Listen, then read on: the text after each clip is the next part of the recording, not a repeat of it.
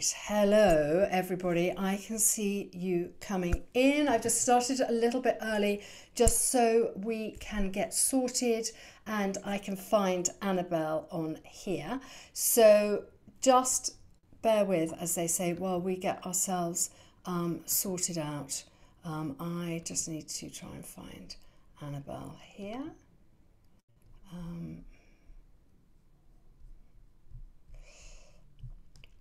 So lovely to see you. Lovely to see lots of familiar names. Thank you so much for joining us. And here is Annabel just connecting. So that is that's great. It's working. I think I'm a bit high up, so I might just tilt your screen, love. Just tilt the screen down a bit. There we go. Beautiful. There we go. There we go. Okay, great. Okay. Oh, yes. Okay. Well, I've got a brilliant shot of you. You look lovely. Thank and I can also see, oh, right. Yes, I can see participants Q&A. And the chat. Yeah, okay. Lovely. Right. It's 7:30. We are here. People are here. More people are joining. That's brilliant. We were really hoping that we would be in the same room, Annabel and I, chatting to you, but I have got COVID. I tested positive on Tuesday, so Annabel is not able to join me in my, what she calls my studio, which is actually a kind of a cupboard. It's a studio. It's a studio. It's not. And we were going to chat together, but because for obvious reasons, avoiding COVID is a good thing. We are doing this side by side on your Zoom. So I'm Susan. Annabel is beside me. We are the Age Well Project. We started this blog 8 years ago. It grew out of really conversations that we were having on a very regular basis about what we were reading and what we were doing to age well. And so tonight is really an extension of that conversation. We'll talk about movement and eating like our ancestors, talking about Annabel's 2 new books, and also some of the things which we are kind of into at the moment that we're experimenting with and trialing and having a go at. So we can share that with you, and we will, of course, answer your questions.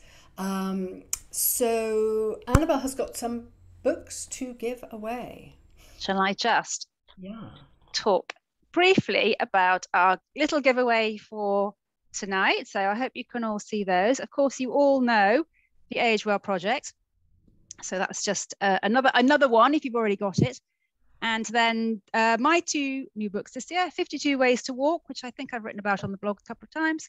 And it is exactly what it says. We'll be talking about it in a few minutes, but it's basically 52 different ways of extending your walking practice, if you like, really. So it looks at all the benefits that accrue when you walk, different times of the day, in different weathers, in different styles, slowly, quickly, backwards, barefoot, in water, uphill, downhill. So yes, 52 different ways of walking, and also the chapter on gait. So that's in the giveaway. And lastly, this is a novel, but it's a story based on the life of the pioneering cookery writer, Eliza Acton, beg your pardon. And what's really interesting about this, I think, for tonight is the sort of 2 or 3 years of research I did into looking at how we ate in the past. And there's a lot about the food of the past in this particular book. So that's our giveaway. And I think Susan's going to explain how it will work. Yeah, it's really simple. If you would like to win that bundle of books, or throw your name in the hat, as it were, just please put in the chat books. If you want to win that bundle of 3 books, please put books in, as I can see you're doing. Fabulous. Obviously got across loud and clear. Yeah, just write books, and I will, one of us will pick a winner at the end, and then we can sort out an address with you at the very end. Fantastic. So yeah, so put books in the chat. If you would like to ask a question, please put that in the Q&A, because if you put a question in the chat now, it'll get lost with everybody saying, hello, I'm writing books there. And so if you've got an actual question, then please put that in the Q&A, and I will keep an eye on that as we go through.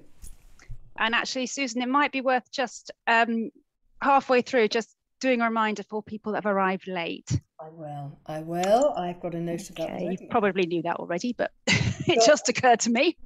I've got a note of that already. No, that's a very good point. We will do that. So let's start talking about books. Let's start with 52 Ways to Walk. Okay, my first question really is why walking has become so important to you, because over the years we have talked so much about different ways to move in terms of aging well. I mean, that's something that's always been absolutely key with our Age Well projects and everything that we've talked about. We've tried all kinds of bonkers things like laughter yoga and all kinds of things. So why is walking, this is your second book on walking essentially, why has that become your big thing? Well, I think over the years of doing many bonkers things, I've just always come back to walking. And the main reason probably is that it's it's totally democratic, and it's very accessible, and you can just do it all the time. So, some of the bonkers things we did required going to a gym or going to a class, but with walking, you just literally walk out of your house, and you can do it while you're doing other things. You can do it as you're going to the shops, or as you're going to the hairdresser or the dentist or whatever it is. So it's something that you can make integral to your life in a way that you can't with, say, trampolining or even yoga, really. Anyone can walk. And the other thing is it's just very, very, well, I use the word democratic because anyone can do it, whether you're 3 years old or 95 years old, whether you're in good health or not such good health. Well, almost anyone. Obviously, there are a few people that can't, but for most of us, we can do it, even if we're doing it very, very slowly with lots of rests. And also, it's very modifiable, isn't it? You can walk fast, you can walk uphill, you walk a dog, you can walk with friends. So in fact, over the last few years, and I know you've done this as well, Susan, I've tried to change many of the things that I do into walking activities. So in fact, we even tried to make our book group for one session a walking book group. It was and it was really good. It was very different. But yeah. I now work from a treadmill desk, so I walk as I work. Not all the time, but for a large part of the day, I'm actually walking while I'm reading and researching and writing. So I just think it's just something that anyone can pull into their lives with no hassle. And of course, it's free. You don't really need anything at all. And there's even a chapter, as you know, on barefoot walking. So you don't even really need shoes, although I do recommend shoes most of the time. So I'm a big fan. But also over the years, the more and more studies that I've come across have showed that you don't really need to do a lot of the trendier, more fashionable exercise. You don't really need to be working up a sweat. You don't need to be lifting, weights all day. You really just need to be moving. And walking is essentially what our bodies were designed to do. So if you think about our foot, each foot has 129 bones, muscles, and joints in it, which is extraordinary. And that's because our feet were made not to swim, not to cycle, although they're lovely things too, but to walk and perhaps maybe to dance. I would include dancing with walking. And in fact, I have a chapter on dance walking and walk dancing, which is, dancing really is just another form of walking, and it's sort of born out of walking. So I think if you're walking regularly, actually, I think you don't need to be doing anything else. But by all means, if you really love, tennis and dance, fantastic, even better, and swimming and cycling. But if you want to do just one thing, I would say make it walking. But then I'm a passionate walker. You are. Laura is asking, is a treadmill desk a proper thing or something you created? It's something you bought, and I've seen it. You bought it, didn't you? It's a thing. Yeah, it's a thing. It is a treadmill with a desk attached, and you can set the pace at any speed you like, really, but I go quite slowly. So what happens really is, as you're walking, your blood is instead of just sitting down and all your blood is just sinking down to your feet, and your blood is constantly going up to your brain and back down again. So studies show that it's particularly good for coming up with ideas, coming up with solutions to problems, and also you're more alert because the blood is flowing the whole time. So you don't get into that sort of, that slump you've been sitting at your desk for a while, you just start to feel a bit sleepy. That never happens when you're walking. Thank goodness, because otherwise you would fall off the walking machine. So that's how it works, to answer your question on it's sometimes called a treadmill desk, and the verb sometimes is deskicize, I think they call it in America. I'm deskicizing. And do you think it helps your creativity continuing to move in that way?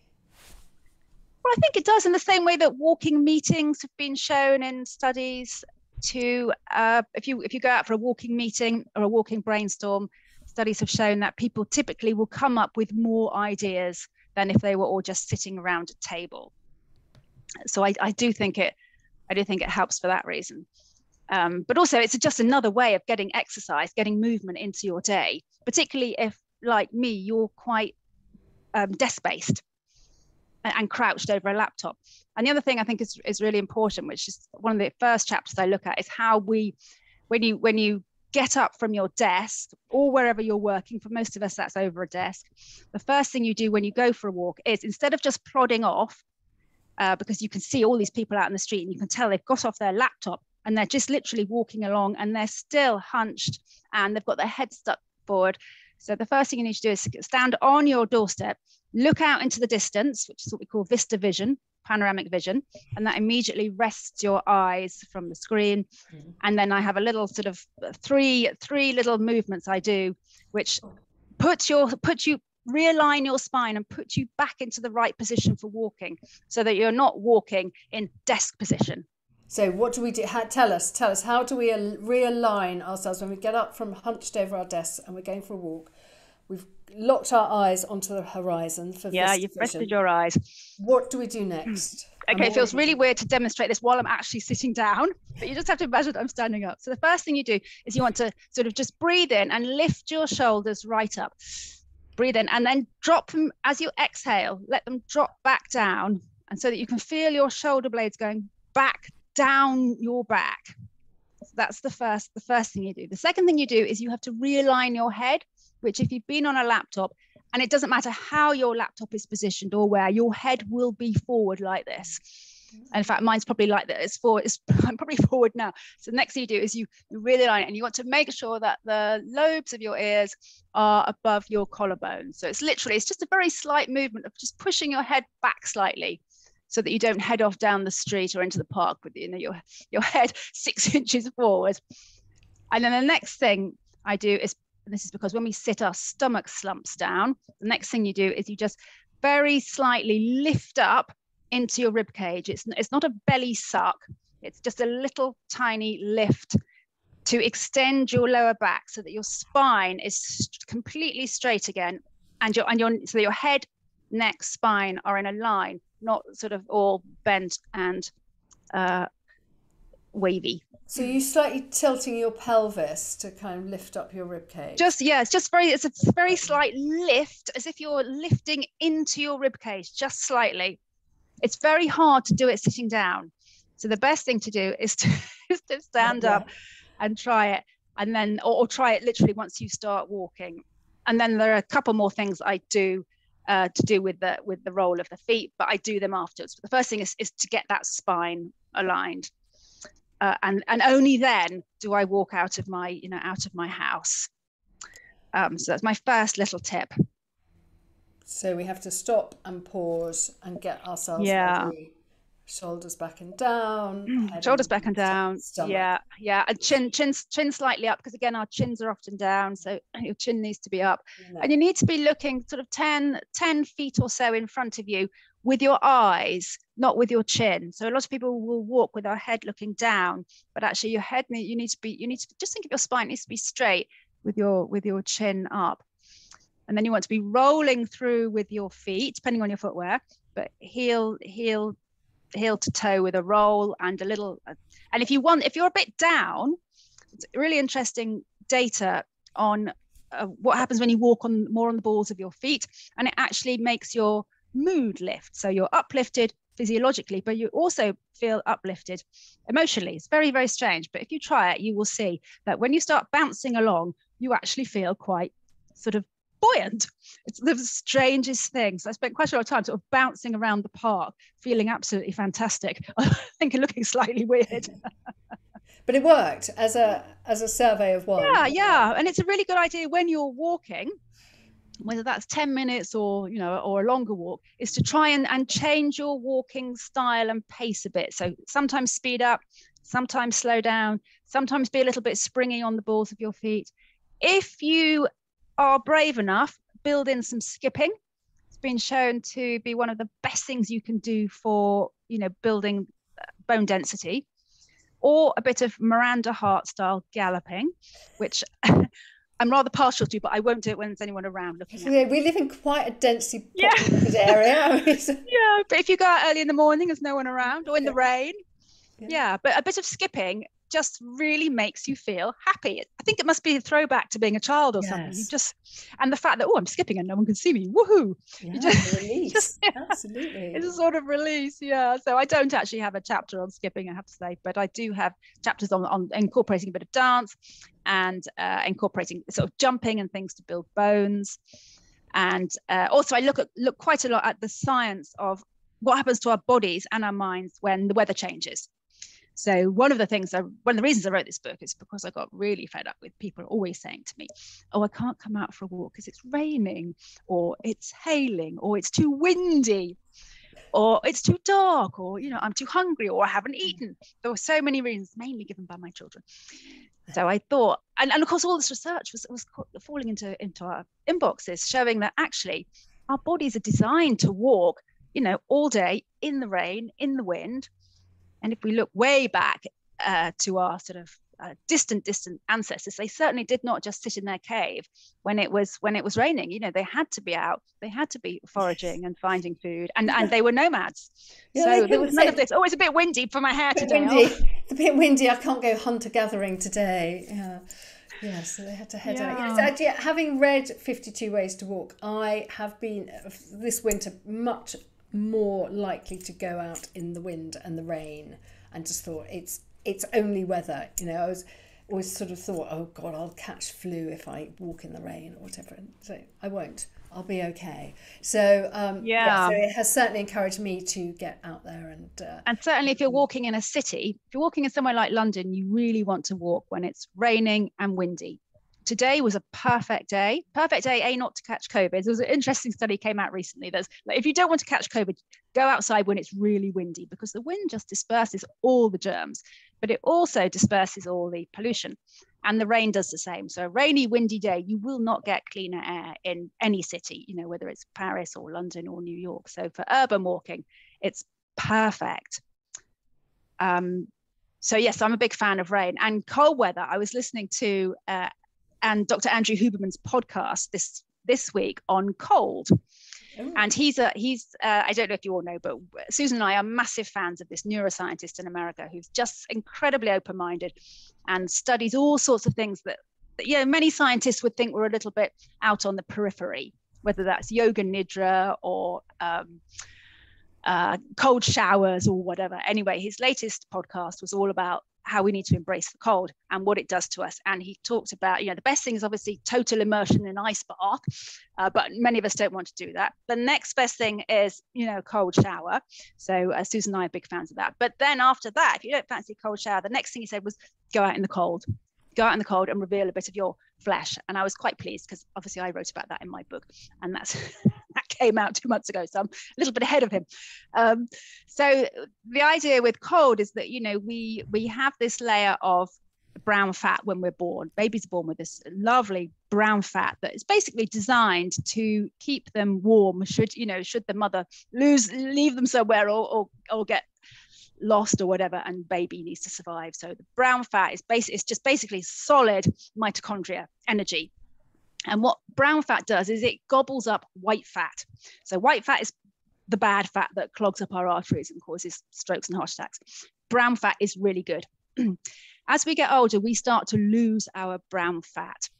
And brown fat is a very odd term, really, because it's also known as adipose fat, adipose tissue, brown adipose tissue. But both names are horrible. So it is not fat at all. And often very thin people have large amounts of brown fat.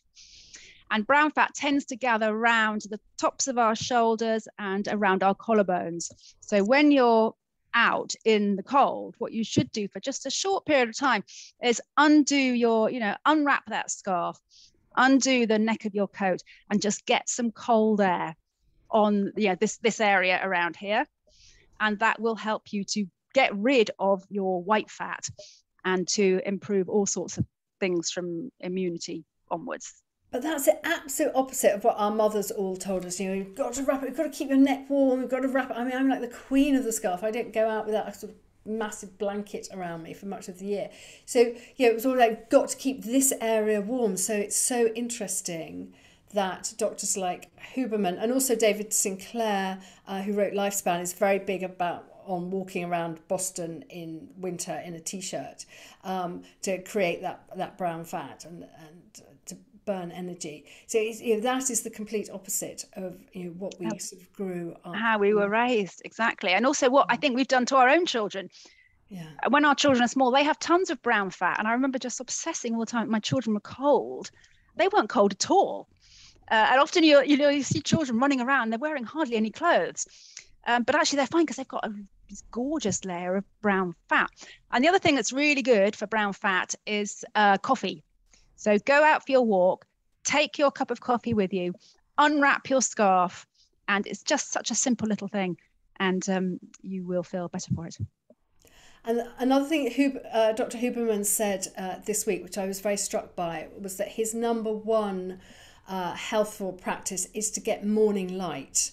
And that's something, partly having read 52 Ways and partly from all the other research we've done, I have really worked on this winter, even when it's cold and wet, to get out and get morning light. And it has been such a game changer in terms of sleep and just sort of overall kind of wellness, really, apart from the COVID, obviously.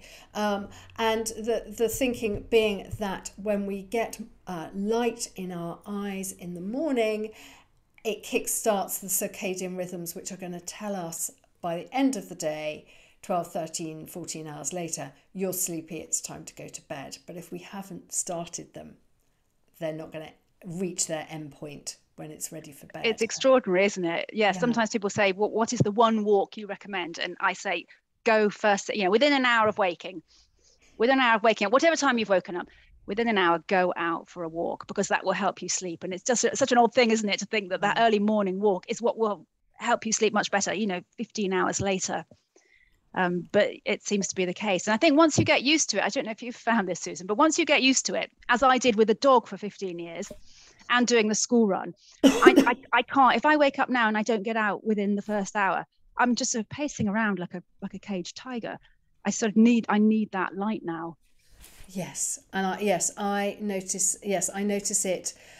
By about 11 o'clock, I'm starting to feel like, oh God, I didn't get out this morning. On the rare days when I don't, I think I didn't get out this morning. And the last couple of days, I have not wanted to go outside and infect people, but I can at least go into my own garden and get my light. And Jane is saying she recommends having a dog, morning walks. Yeah, absolutely. Yeah, you just can't avoid them. And the other thing about that early morning light is not only does it set your circadian rhythms and help you sleep at the end of the day, but it also gives you the morning light has quite a lot of blue light in it, which the afternoon light doesn't. So that blue light will also kickstart your cortisol, and that will give you energy and alertness so that you can work much better in the morning. So I normally find I'm much more productive in the morning or I'm less productive if I haven't managed to get out, but most mornings I'm out. Yes, and Kerry is saying, what was the name of the American neuroscientist? It's Dr. Andrew Huberman. Huberman Labs is his Instagram. And it's Huber, not HOO. Yeah. Yes. So Huberman. Yeah. Yes, and I think his podcast is called Huberman Labs too. And another question, is there a time slot best in the morning? Is there a best time slot for this walking? No, it depends whether you're, if you're an owl or a lark, you'll get up at a different time. But the most important time is to go within 1 hour of you waking. If you want blue light, the earlier light has more blue in it. So if it's the cortisol you want and that energy and alertness, then earlier is better. But any time in the morning, just sooner rather than later. And Barbara is saying, is it the walk or the light that's important? It's both. I imagine it's both. It's both, but I think you could just sit outside. I mean, yeah. Andrew Huberman does say, he says it takes 10 minutes. So you could sit outside for 10 minutes in your garden with your cup of tea. But in terms of just getting everything moving and flowing, the walk is really important, I think. Or the movement. You could do yoga outside, couldn't you? Or you could dance in your garden. But movement and early morning light, yeah. So yes. Oh, there's some good questions coming through, which I will come back to, because it would be good to move on to talking about Eliza. We mentioned our forebears and our hunter-gatherer ancestors, but really, I know Eliza is the language of food is a novel. But really, from an age-well perspective, with your age-well head on rather than your novelist head, it's really about going back to a more traditional diet, isn't it? And what for you, because you've been talking about this for a long time, this was something you found. What came first? Were you thinking about traditional diets first and then came across Eliza Acton, or vice versa? I think I was researching Eliza for the novel, and as part of that research process, I just decided to start cooking her food. And then I don't know if everyone knows this, but I inherited about 150 very old cookery books from my mother-in-law, and some of them go back to the 17th century. So while I was researching, and I found Eliza in that cookbook collection, which is another story. But while I was going through all those cookery books, I started cooking from them. And basically certainly my English ancestors, or British, because the Welsh and Scottish are quite similar, they were eating a Mediterranean style diet with slightly fewer pulses. So there are definitely fewer pulses, and there's definitely more butter. But I was really amazed at the quantity of vegetables, the diversity of what they ate, the amount of offal. So the book that I think Susan we might touch on later, which is really how to reset your age clock, to how to knock off 7 or 8 years of your life. The woman who wrote it, we'll come back to this later, she really emphasizes the importance of liver. I mean, she bangs on about liver, you've got to be eating liver. Is it 3 times? I think it's 3 or 4 times a week. She recommends liver, 3 times a week liver. So when I was reading that, which is a couple of months ago, I kept thinking, but that's exactly what our ancestors were eating. They were eating kidneys and liver and bone marrow. So certainly meat, but not all the time, and not processed. And they ate a lot of fish, but a lot of that was freshwater fish. So not always from the sea. They ate all the fish that we refuse to eat now. We refuse to eat mackerel. We refuse to eat herrings because it's too bony. They ate all of that. They ate carp. They ate pike. So they ate a lot of the things that we now turn our noses up at. So that was fascinating. And they were constantly foraging. So a lot of things that are now fashionable, or a lot of things that we now turn our noses up at, were things that we're sort of really we've evolved to eat. So I found that absolutely fascinating. So I started to eat like that, and I really enjoyed it. And of course, and then I was fascinated by all the new studies showing that butter, which for I don't know how long, 40 years, we've been told butter is this terrible, terrible enemy. Butter is now being seen as actually, butter's a good guy. Butter's good for us. Butter contains vitamin D. So long as you're not eating a whole pound of butter. But again, going back to our favorite neuroscientist, Dr. Andrew Huberman, he eats butter like cheese. He just eats he'll eat a whole slab of butter. So this return to butter is something that makes absolute sense in the light of how our ancestors were eating. So, I mean, I then did quite a lot of research into my own family tree to see, to see what sort of jobs they'd had. And of course, my great-grandparents were bakers. So, that's why I've never had any, I assume that's why my family's never had any gluten issues. We probably ate a lot of bread for quite a long time. And then on the other side, my grandparents were gardeners, market gardeners. So there was a lot of fruit and vegetables. Yeah. So it just seems to me quite an interesting way to look back through your own family tree and try and get some idea of what your own ancestors were eating, as far back as you can. And those old cookery books were a real eye-opener into what people ate and how they ate it. Yes, and of course we say to people, and a lot of longevity experts will say, the Mediterranean diet is the best thing to follow, and that's really well researched, and that's what you should do. But it's completely inappropriate if your ancestors were from India or elsewhere in Southeast Asia or East Africa or Scandinavia, where there would have been a very traditional, healthful, vegetable, pulse, whole grain based diet without tons of protein, but some, that's traditional. And so it's a little bit kind of crazy to be saying to people, oh, you forget your traditional diet, eat somebody else's. So do you think perhaps we've overemphasized the Mediterranean diet and we should look to our own heritage and culture more? I think probably we should all be looking back at our own ancestral eating patterns, whatever they are, and not just be, and also not just believing everything we read. So if you see, we all see a newspaper headline, don't we, saying eat the Mediterranean diet or eat the new Scandi diet, and rather than just thinking, oh, okay, I'll eat the Scandi diet, if your ancestors have never been anywhere near Scandinavia, perhaps that isn't the right diet for you. So it's definitely worth, which we've always said, haven't we, Susan? It's just question things.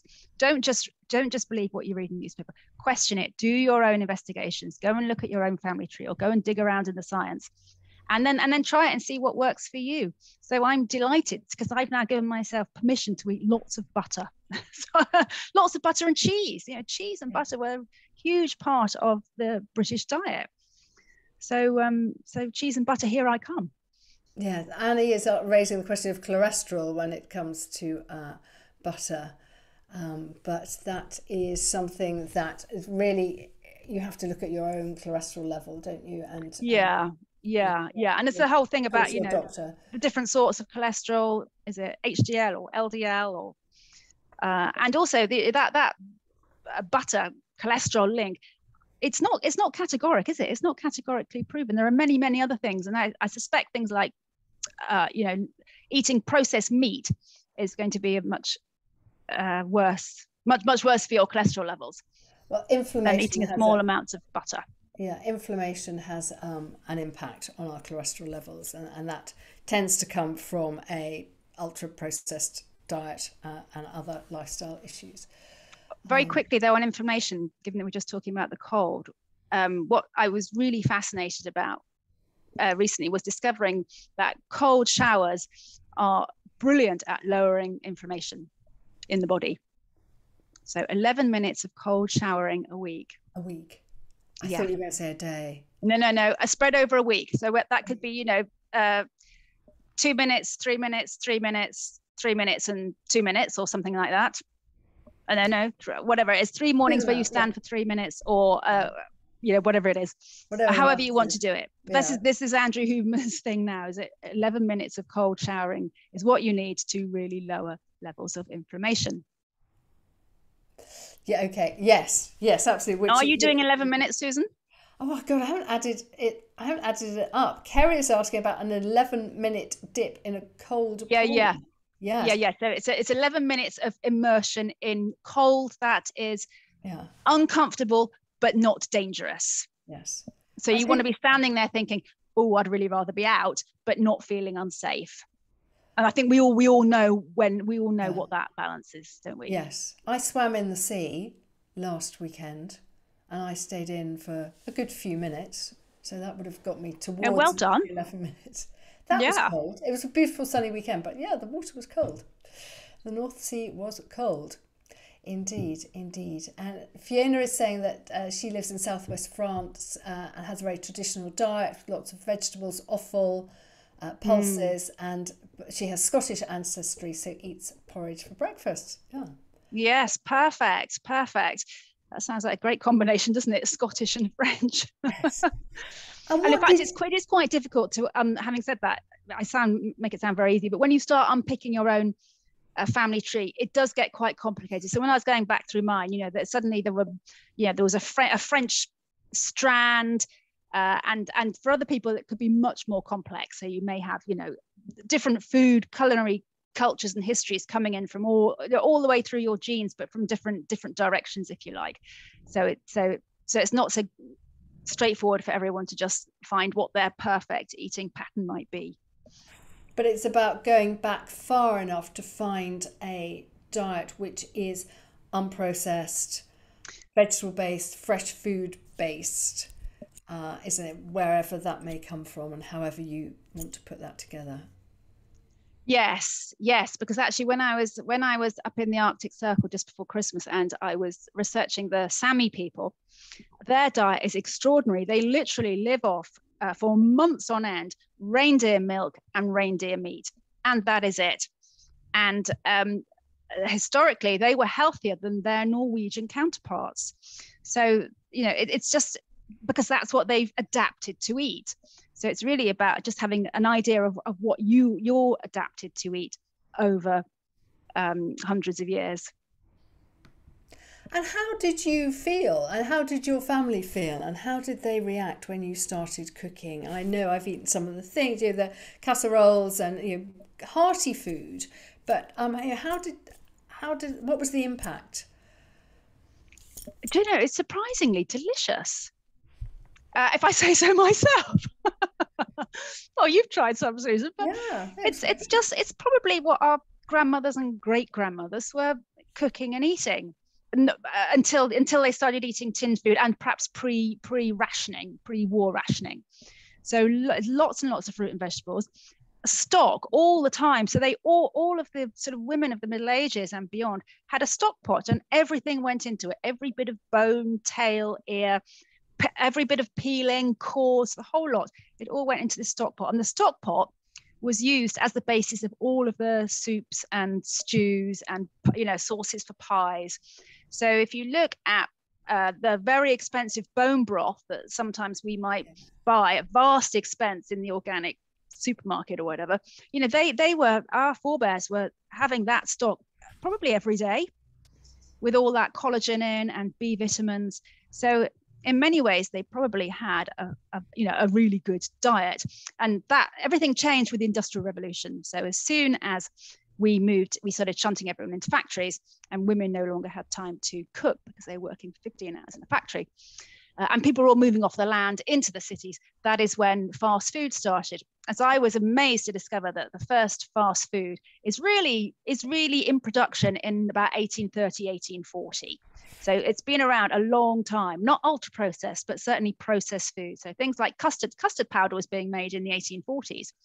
So and of course there was all the adulteration. So you need to really look back beyond the Industrial Revolution when you're looking at your ancestors.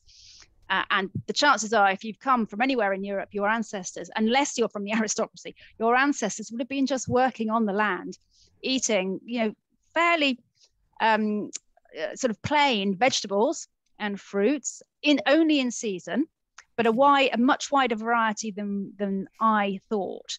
So, we tend to think, oh, they might have had leeks, carrots and turnips, but they didn't. They were eating everything, and they were certainly eating things like nettles and dandelions and lots of the things that now we forage for, but they're not really mainstream. So it was absolutely fascinating. I learned a lot. And so you wrote about Eliza Acton, the first great British cookery writer. And what would you say, what is the main thing you took from her life? I mean, her life was quite extraordinary as a successful writer and career woman, essentially. Yeah, so she really invented the recipe as we know it. And in fact, in the back of this book, there are quite a few of her recipes which are put in. And the other thing was they ate everything, which, you know, of course we wouldn't do now. They ate badger, they ate swan's eggs, they ate corn crakes, which are now endangered. So they ate all sorts of things, seagulls, all sorts of birds, all sorts of animals. So in many ways, they probably had much more diverse microbiomes than we do, because I think we often have quite a limited diet. So that's the other thing that surprised me. So yeah, so she was an extraordinary woman, a poet who reinvented herself as a cookery writer in order to raise money for her family because her father had become bankrupt. And her book was a bestseller, and the first book ever really to produce recipes that make you want to cook them and list out the ingredients and have weights and measurements, and were designed for smaller families, as in the sort of families we have now, rather than a housewife to a sort of Downton Abbey where they were cooking these, all the recipes are enormous. 25 eggs and 10 pounds of flour to bake a cake. So it's the first usable cookery book really for people like ourselves. So yes, it's so interesting that in writing a novel it took you on such a journey in terms of food. It is. But I remember you worked on a cookery program about old food, didn't you? Yes, I did I worked on a couple actually. Weren't they further back, more middle-aged food of the Middle Ages? No, there was I did a pilot in my TV career with Jean-Christophe Novelli, looking at, that was mainly sort of 18th century food, looking at how French food came to the UK and how that changed what we ate. And I also did another program which was about more about what was being eaten in stately homes and more that kind of thing, rather than the sort of domestic kitchen. And that was something that really stayed with me with the language of food, was about how Eliza was sort of writing for the modern housewife, as she saw it. You were a woman who was running a small household, who wasn't either a servant herself or a member of the aristocracy. She was part of the new kind of middle class, and yes, that's right. Food had to work for this woman who had a busy household that she was running. She was also obsessed with health. So we think that we've created health. We think that's a new notion, don't we? But she was obsessed with health, absolutely obsessed with, bread should be of the best quality and bread should be brown, and and we should all be, using all the vegetable peelings and having lots of fiber in our diet. And I just thought this was such a new thing, thinking about fiber in the diet. But she was doing it back in 1845. So all these things we think we've invented, yes, we haven't really. No, we really haven't. So let's wrap up, Eliza. So we have just a quick reminder that we've got a bundle of 3 books to give away: 52 Ways to Walk, The Language of Food, and of course our very own Age Well project. So if you'd like to enter the draw, which we'll do at the end of this session, and we're already 40 minutes in, just put the word books in the chat and we will just choose a name at random from that list. There we go. Okay, well, shall we talk about some new things that Shall I ask you questions? You ask me about I'll put you in the hot seat. Yeah. What's on my desk? As Susan mentioned at the beginning, when we first met, which is quite a long time ago now, we started having these conversations. Oh, what are you eating? Are you taking supplements? What exercise do you do? What do you take to help you sleep? And all of these things. And that conversation has gone on and on. And we bump into each other just on the street and passing, and I'll say, how are you getting on with that supplement? Or how are you getting on with that new whatever it is you're doing, meditation or yoga nidra or whatever. So this has been going on for a long time, and Susan's going to now share with us some of the things that she's got beside her bed and on her desk that she's been investigating in the last few weeks, really. Well, yeah, so I've just got a couple of things on my desk. There's always something new that sort of appears. Obviously you can't see, but quite a lot of tissues because of the COVID, but a couple books always on the go. So Annabel mentioned this one earlier. This is Younger You by Dr. Cara Fitzgerald, which has sort of created quite an impact in the world of longevity. It came out a couple of months ago, and Dr. Fitzgerald is a functional medicine doctor, and she and her research team have put together a lifestyle protocol which they say can reverse biological aging, as opposed to chronological, biological aging by just over 3 years in 8 weeks. So by changing our lifestyle and particularly diet, we can turn back the biological clock which is driving our aging process. That's essentially what it is about. And she's really focusing on the epigenome, which is the instruction manual for our DNA, and making it function better with lifestyle. And it's quite a hardcore diet for the first 8 weeks. It is, let's see if I can find it. It is 2 cups of dark leafy greens, 2 cups of cruciferous vegetables chopped, so your broccoli and cauliflower, that kind of thing, 3 cups of additional colourful vegetables, so that's 7 cups of vegetables already, a couple of beetroots, pumpkin seeds, a few other things like blueberries, some protein, healthy fats like nuts and olive oil, and 3 servings of liver, as Annabel mentioned earlier. And that's sort of it for the first 8 weeks. So it's very low carbohydrate and absolutely packed with vegetables. I was trying to follow the diet on your behalf to see how it worked. I have to say it was a lot of chopping and a lot of planning and thinking about, have I got enough veg? And then we got COVID, so we ordered a curry. So, but it is a good book. It's what, if you're interested in a kind of deep dive into the science, it's really well written. I mean, some of the book, we read a lot of very sciencey books, and some of them are so kind of intense that and dry and it's doctors kind of writing for other doctors and writing to impress other doctors and not thinking about people like us who are trying to make sense of it in our own lives. Whereas this is sciencey but accessible at 400 pages.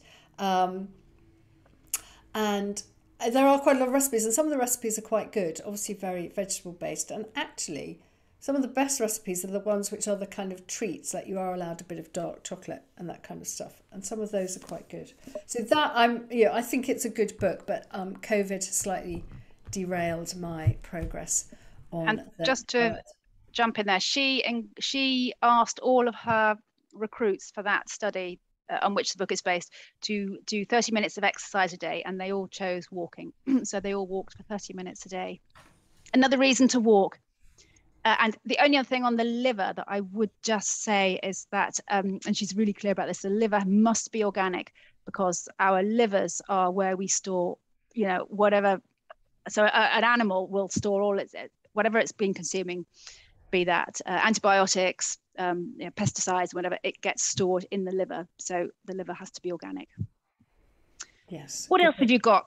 Yes, I was also going to say, it's not just diet, it is lifestyle, it's exercise, and it's a meditation practice, at least 10 minutes twice a day. And there was a good question about this. Leslie's saying, how does younger you differ to lifespan? So lifespan is, funny you should mention lifespan, just have a huge pile of David Sinclair, who we mentioned earlier. Walking around Boston, Massachusetts in a t-shirt in winter. So lifespan is much more of the science and less of a lifestyle practice. Whereas younger, if you want to be told what to do and have recipes, younger you has more of that. Whereas this is more of a deep dive into the cellular, what's happening at a cellular level when we age. And David Sinclair is much keener on supplements and sort of state-of-the-art technology, whereas Cara is a bit more about food, sleep, meditation. Yes, and David Sinclair is now only eating one meal a day, he says. So, That's right, one meal a day, yeah. which I think for women is too extreme. I don't think we're designed to work like that. The other thing on my desk at the moment is this is organic ashwagandha supplements. So ashwagandha is an Indian herb. It's known as the Indian ginseng, and it's said to reduce stress levels and help inflammation. But the reason I am taking it is that I have been doing a sort of a further health coaching qualification with Dale Bredesen for the best part of a year. It's a very intense course, and so Dale Bredesen is the author of this book, The End of Alzheimer's Program, and he is now training health coaches in his methods, and that's what I'm doing. So anyway, in the many lectures I have been attending, there has been talk of ashwagandha and research into how it can help reduce the risk of cognitive decline. And there was a small but very well run study, placebo, double blind, etc. study, which found that people who took ashwagandha 600 milligrams a day for 8 weeks had better cognitive function, better memory, better executive function. So hopefully ashwagandha is helping with my COVID brain, or will help with my COVID brain. I've only been taking it for a week or so, but I'll see. I like experimenting with these things. I know you're less keen on supplements, Annabel, but I like well, no. These things. Shall I show you one? I'm not a fan of supplements, but I have been. I don't know if you can see this. This is a form of magnesium. Oh. I'm not a very good sleeper. I've got a history of very, very bad sleep, so I'm always up for trying things that might help my sleep. So this is magnesium L-threonate, which is supposed to be particularly good for sleep. Yes. And I've been using this actually since my dad died. I don't take it every night, but if I've had a run of bad nights and I really need to have a good night of sleep, I will take one. And I always sleep really well. So the temptation, of course, is to just pop one every night, but I don't want to do that. So I sort of save it. It's sort of my special little treat, really. You know, I used to have a glass of wine, now I have one of these. So magnesium L-threonate, that's the one you want. It's a very specific type of magnesium. And if you're finding it difficult to sleep, I recommend trying that. It also is supposed to be good for all sorts of other things, including cognition. Yes. Yes.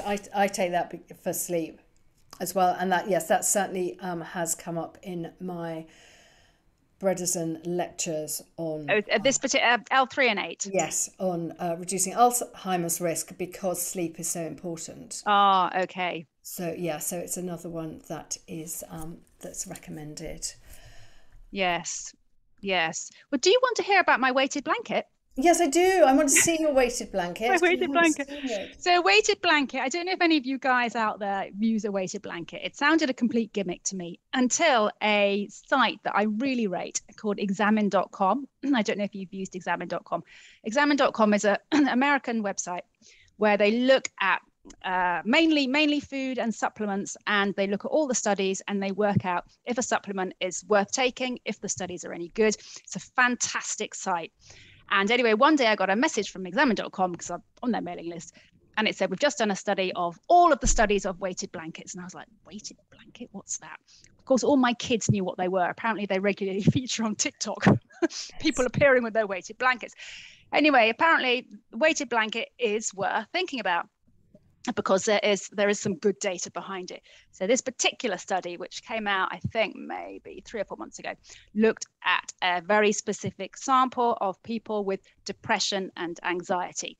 Now, I have to be honest and say I don't have depression or anxiety, although I can be a bit anxious in the middle of the night, especially when I'm awake. So in that sample size, they used they had a control group, obviously, who just slept under a regular duvet, and then they had the group who was sleeping under weighted blankets, and I'll explain what a weighted blanket is in a sec. And the group who slept under the weighted blanket, I can't remember how many weeks, but after however many weeks it was, 6 or 8, reported better sleep. So that was good enough for me, because I'm always desperate for a good night's sleep. So a weighted blanket it's really, really heavy. Can you see this?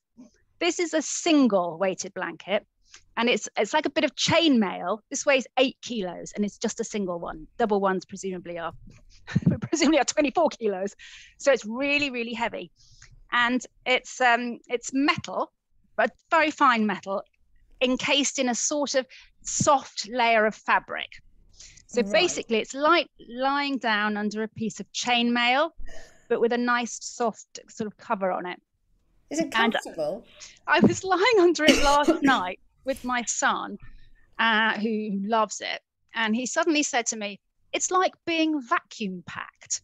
And I thought that was absolutely brilliant, because what it does is it completely covers you, and it's really, really, well, it's really, really heavy. So you feel as if there's something very weighty, not really heavy, but quite weighty on top of you. Now, when you go onto the blanket's website, it tells you a load of old baloney. In my view, a load of old baloney. It says that it works on acupressure points. But there's no data. It just says it works on acupressure points. I don't really see how it can work on acupressure points. I may be wrong, but what it does do is it reminds, and we're going to go back to evolution. It reminds me of how I used to sleep when I would stay with my granny.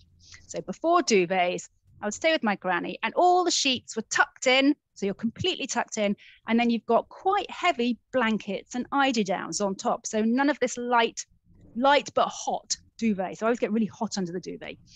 I don't get hot under this at all. It's sort of the perfect temperature. Oh, I was going to say, you must get really hot. No, it's not hot at all. It's not hot at all. And it's like, thank you, Sarah. It's exactly like being swaddled. So, of course, I started thinking about, the phrase which scientists use a lot, which is, nothing in biology makes sense except in the light of evolution, which means that everything that happens to us in our body is because of something that happened millennia back. So we feel really good in this, I suspect, because that's how we used to sleep, whether it was under animal pelts, animal skins, or even just wrapped up in sheets and duvets the old-fashioned way. So I can't really explain it except to say that I absolutely love my weighted blanket. So I would recommend people try it. I never get hot and sweaty under it, like under a duvet. And I do feel it's very oddly reassuring and comforting. And you sleep better? I think I do. And sometimes I wake up in the morning and I love it so much I don't want to get up, which isn't like me at all. I'm normally desperate to get out of bed, but now it's like, oh, it feels so nice. To stay in my bed. Yeah, it must be like swaddling. Yeah. No, well, it is. It's a bit like being swaddled, and it's just, I don't know what it is, but it's very reassuring. But I don't think it's acupressure points. So when you go on the website and they tell you that, I think you need to take that with a pinch of salt. Okay. Oh yes, that's right. Yes, it was glass. You can have glass beads. Thank you very much, Annie. You can have glass beads, or you can have sort of metal things. It doesn't feel like metal. It just feels very heavy. So I'm aware that we're on 26 minutes past, and I've been banging on about my weighted blanket. Well, okay, good question here I want to ask you. It's from Sandy. How does your morning routine work? Do you walk and then come back and have a shower? What's the kind of process? How do you fit everything in the morning? Well, my process, which is probably quite similar to yours, Susan, but mine is, I get up, I have my shower and my cold shower, which I rather like. Then I have my glass of hot water and lemon, and then I will go straight out and walk for, sometimes it's 10 minutes, sometimes it's 20 minutes, sometimes it's an hour. And I like to do that as soon as I wake up. So shower, drink. And when I see you out walking and you've got a flask, is that hot water and lemon, or is that coffee? No, that's usually my coffee. That's your coffee. And that's my coffee, yeah. And Susan, what's yours? What is mine? Mine tends to be get out first and then shower later. Like get out, go to the gym, or go for a walk or a run with my dog. So if I'm being good, the first thing I will do is chuck on my gym kit or some form of gym kit and get out. And then I'm getting my light and some form of exercise and movement. And then I might pick up a coffee on my way back from our local coffee shop, and then I shower, and then it's into work. And I always try to be at my desk by 9 and kind of go from that point. As it's 2028, shall we pick a name? Do you want to pick a name, Susan? Okay, I'm going to pick a name. Okay. And then while I'm doing that, could you tell Laura which treadmill desk you have? Do you remember? I can't remember the name of it. I can't remember the name. But if you drop us a line at our Gmail address at Age Well Project, I will go and have a look and I will reply to you. But you'll need to drop me that email or I'll forget. Yes, the email address is theagewellproject@gmail.com. Okay, I'm scrolling, and I'm going to pick Marion Collins. There we go, Marion. Bravo. Can Marion Can you email us your address at agewellproject@gmail.com? If you forget, don't worry, I'll track you down tomorrow via the sign-up list for this event. And I will post these to you and I will sign them. And actually on the email, yes, let me know if you want them made out to you yourself or to someone else. Right. Great. Well, thank you so much, everybody. Thank you for being here tonight. And thank you so much for your support of the Age Well Project. It means so much to us both that this was really just a conversation when our daughters were at nursery together, has kind of grown into this lovely community and a much broader conversation with so many more people about aging well and what we can all do to change the way we age and make the very best of our future. So that is just really lovely to have you with us this evening. And thank you, Annabel, for sharing about your books and for sharing books. And thank you, Susan, for organising all the technology. Lovely. Thank you all for your lovely messages. And yes, there will be a recording which I will try and send out later tonight. And if I fail in that, Annabel will put on a blog post. It'll be on tomorrow's blog post. Yeah. Yes. Okay. Thank you so much. Take care. Good luck aging well. And we'll hope to see you soon. Bye. Bye.